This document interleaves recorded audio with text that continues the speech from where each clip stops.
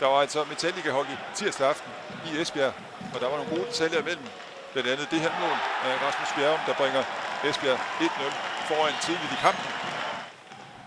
Den føring holdt ikke første periode for Aalborg for udlignet her igen. Bo Hansen, der kører med ind på Ladehofs pasning, og så står der 1-1.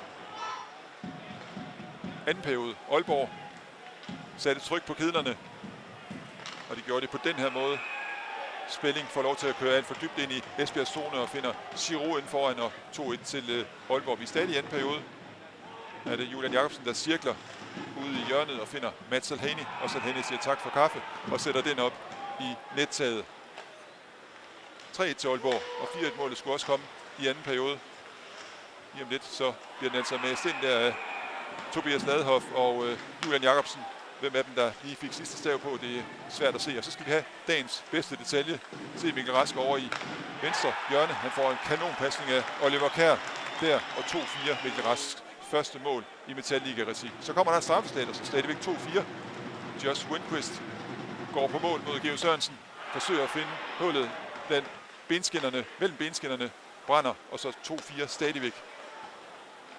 Aalborg igen på plads. Det rigtige sted. Thomas Spelling sætter 5-2-scoringen. Og så kommer det sidste mål denne tirsdag aften i Esbjerg. Det er glimrende af Patrick Bjørkstrand, der får en fin pasning fra Kabanov, og så vinder Aalborg den kamp med 6-2 over Esbjerg Energy.